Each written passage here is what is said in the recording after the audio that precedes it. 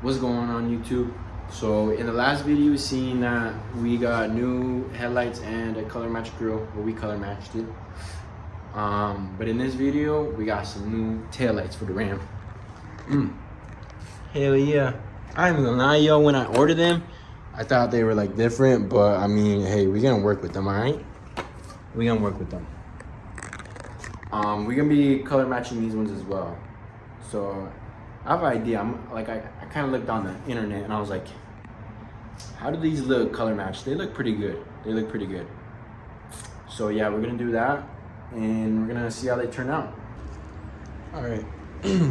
What you want to do is get them super clean and everything. Make sure they ain't nothing on it right there, okay?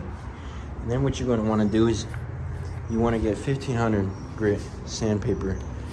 None crazy. We're just gonna sand them down, you know, lightly. Don't go all deep up in there, you know. But yeah, just sand them down real quick. All right, once you get them sanded down, you know, something light. You wanna grab your alcohol, wipe them down, get any grease off. Make sure they're all clean, you know, get all the dust. A good painting surface.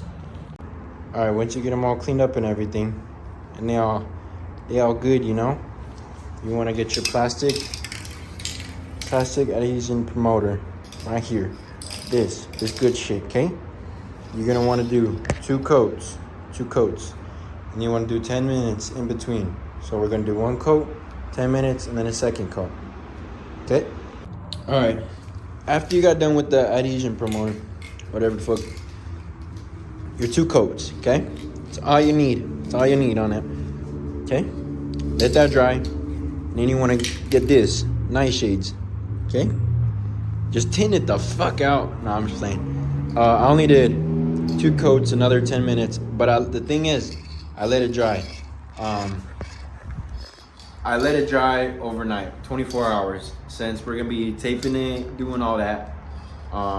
Two coats of this.